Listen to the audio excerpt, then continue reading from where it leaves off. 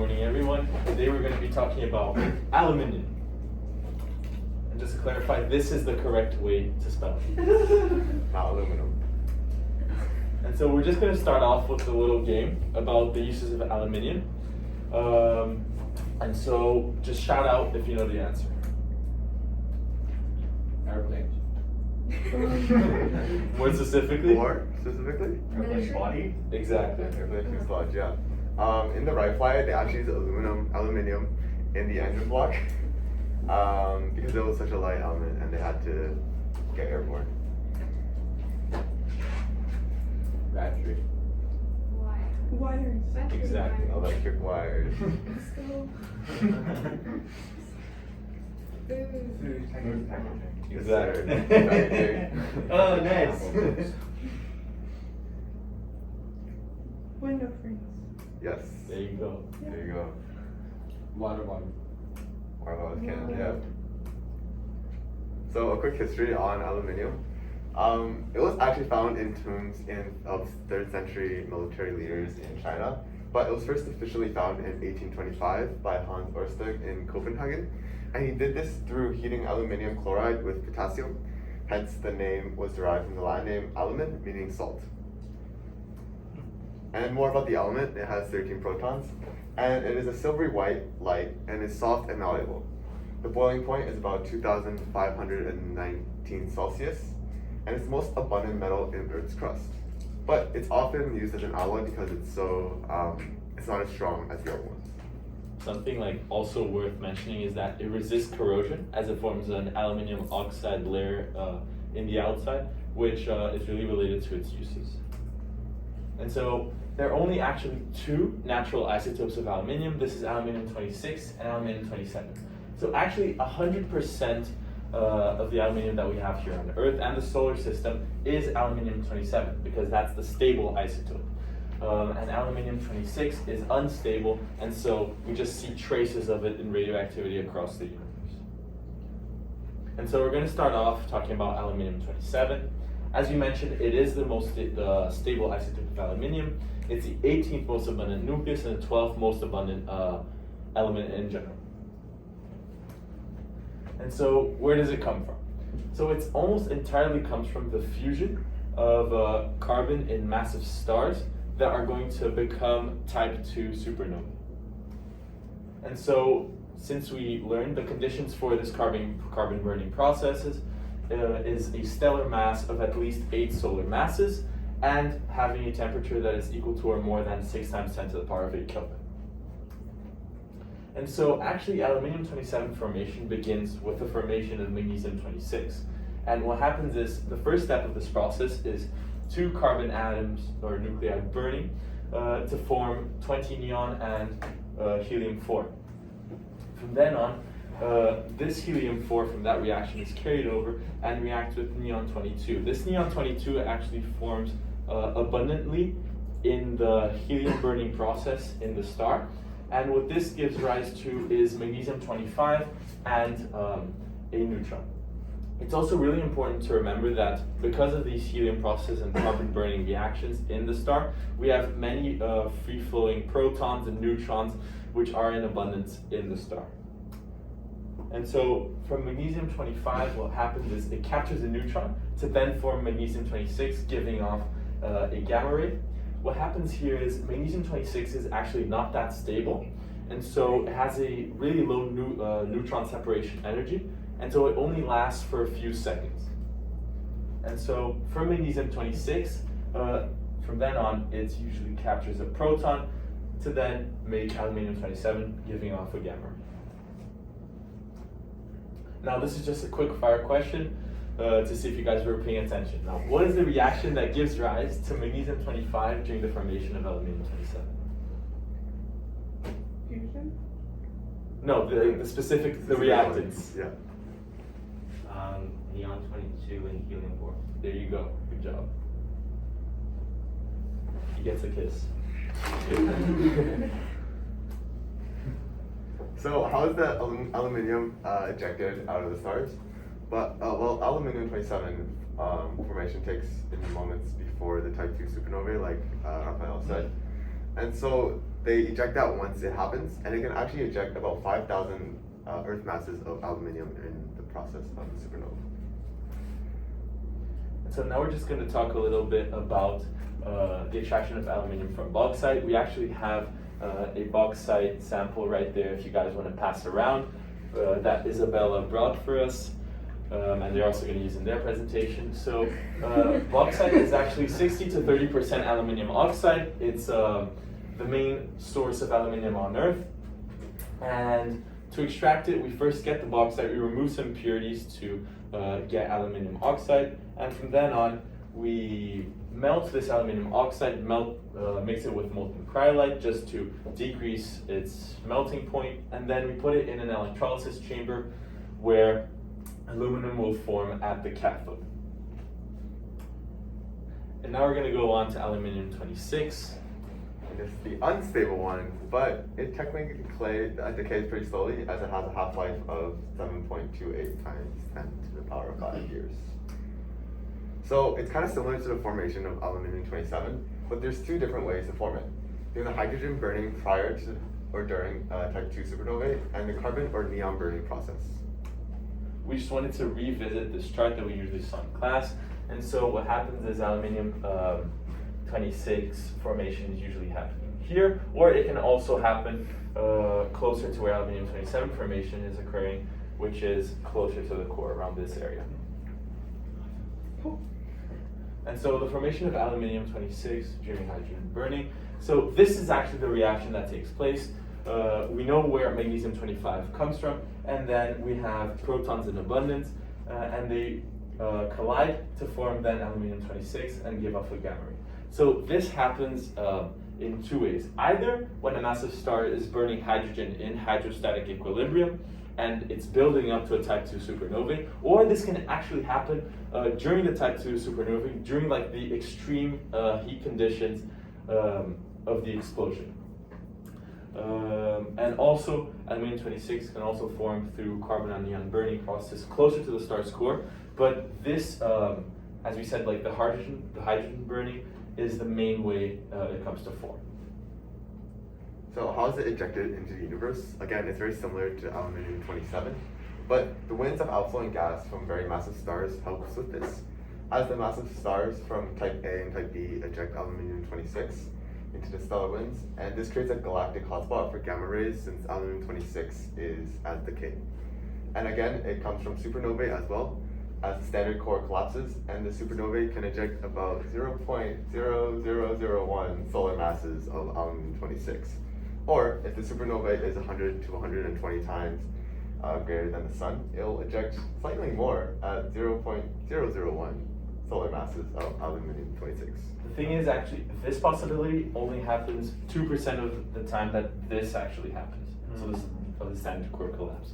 And something else is that the winds of outflowing gas, just to explain to you guys, just happen when the pressure inside the star usually falls. So there's a change in pressure and energy, and so lots of masses of elements from the surface of the star are just thrown out into space. And so we're just going to explain a little bit about the decay of aluminium 26, which is really important for its use in modern day research. And so here we have aluminium 26 with its actually pretty long half-life, and the only way it can decay actually is through beta positive decay. And as we can see here, it always gives off gamma ray emission. And so we also know that it decays back to magnesium 26. And so the importance of aluminium 26 for the study of the Milky Way and the universe, as it releases gamma emissions, we can use that to research about the galaxy.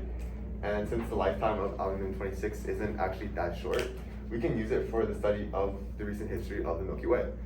And this can allow us to focus on the latest nucleosynthesis events. And we can also consider this a tracer of regions of star formation.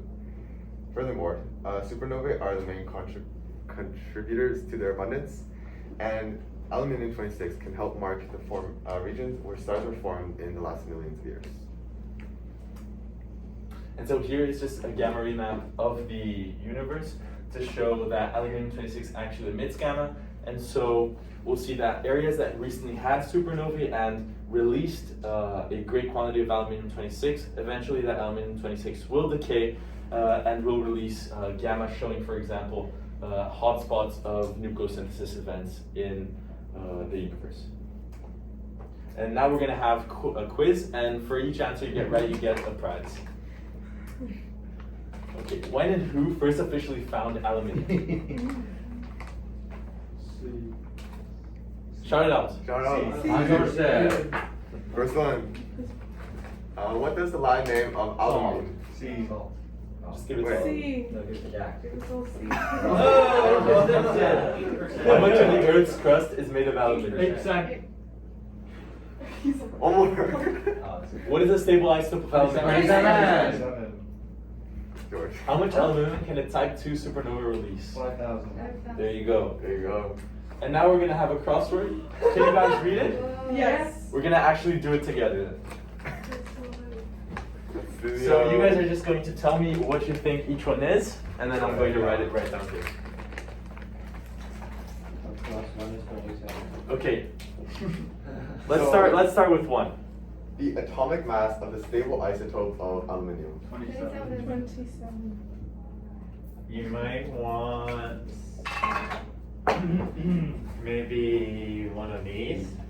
This Yeah, these are one. not working.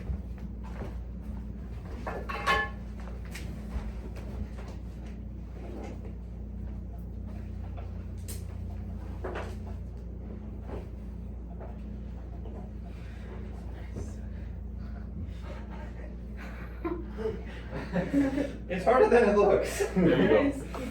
So number two, two or more atomic nuclei coming together to form a larger nuclei. Fusion. There we go. We're gonna run out of space. Probably. It's fine though. Oh, nuclear fusion, cool.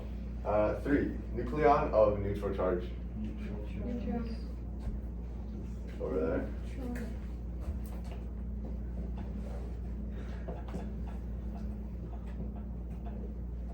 Go ahead, go to the next. Number four, the atomic mass of the aluminium isotope that has a half-life of 7.28 times 10 to the 5. 26. Atomic mass, 26. yes.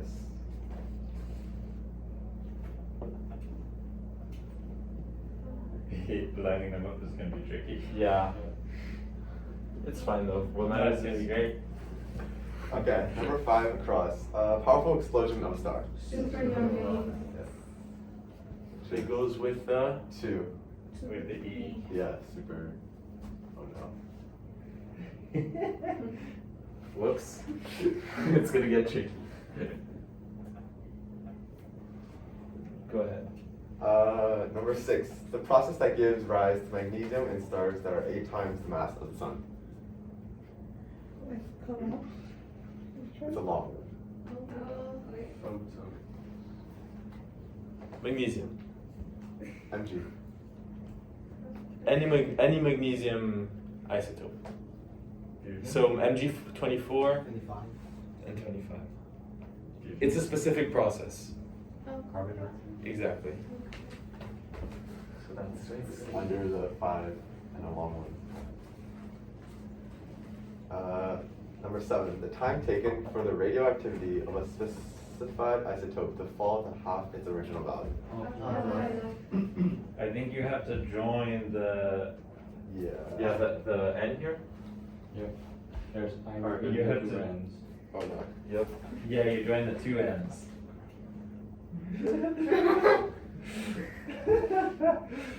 Oh, I love it. No, the N. You have another end there. Yeah. The G. The G's Yeah. out like an You gotta put a really big eye. Yeah, there you go. Yeah. And then 7 is, you guys said this, Half-life. half-life. Next to under down. Okay, half-life's just independent. Yeah. 8. Form of energy given out when a nucleus captures a neutron. There we go, it's a gamma ray. Gamma ray. It's independent on the middle. Number 9, the full name and correct spelling of AL. Come on, American. Come on, American. Aluminium. Aluminium. With 7 and 8.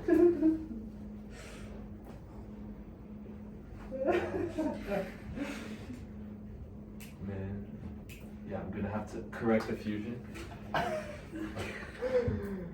And then for number 10, the temperature scale used when talking about the temperature of stars, which is under 9. I did something wrong. It's okay. We're at the very end. Yeah. I think your fusion is on. Aluminium. Yeah, sure. Okay, what's the next one? Number 10, Kelvin, with the With the E. The E and the last letter of. You're using the L in Apple. Yeah. Oh, Nice. It's rough. Congrats, guys.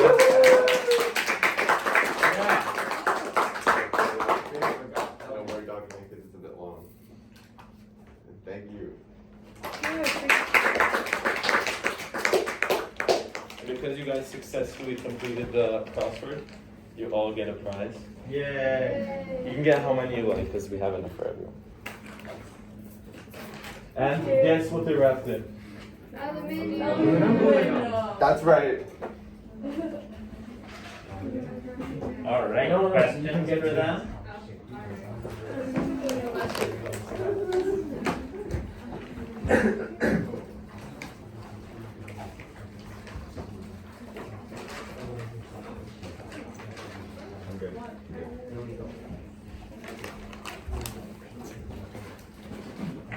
I have a question. Yes.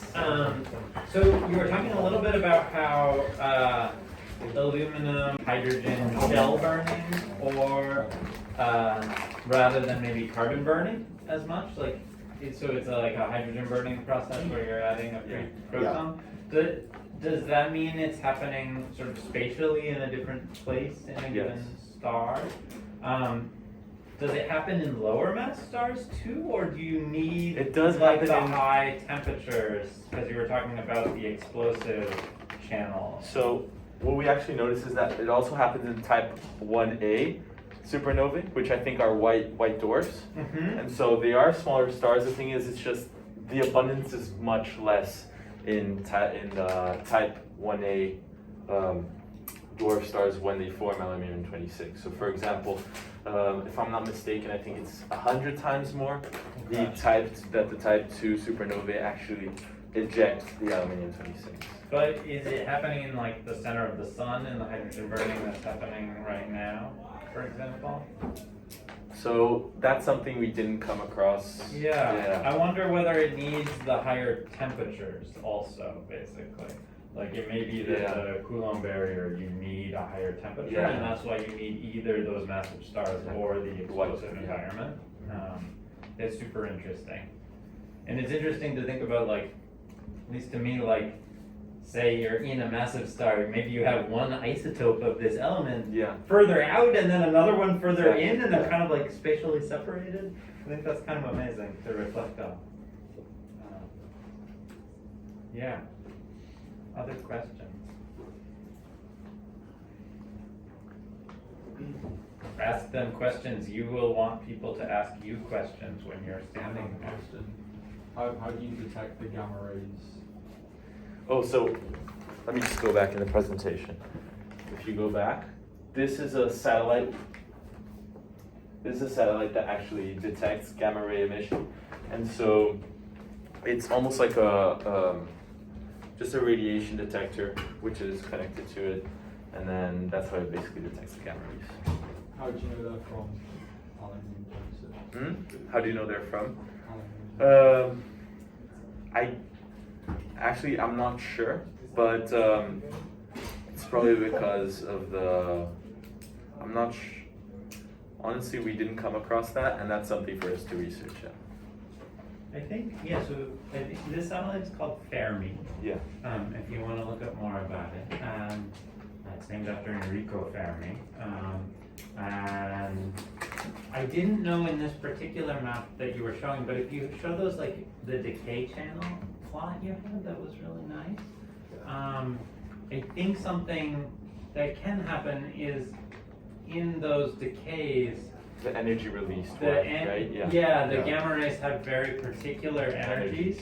So essentially that forms like a sharp spectral line. And you could make a map of the gamma ray emission at, say, 1.8 mega electron volts.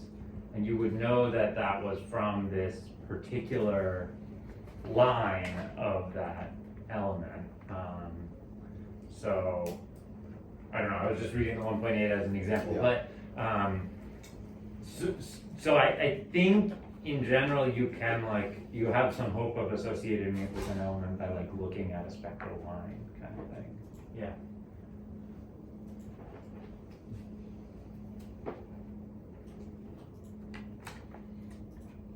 One more question.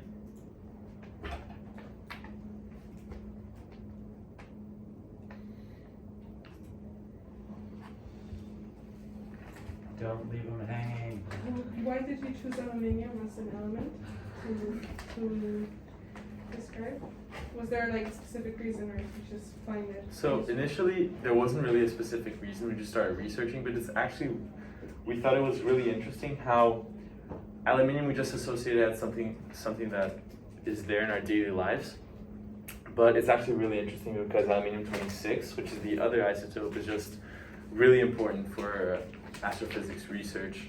And so we just wanted to explore that, and we just found it really interesting how something that's just around us every day can actually be important for science research. Super interesting. Well, thank you so much. Let's give them another round of applause. That was really wonderful. All right. Zach and Matt.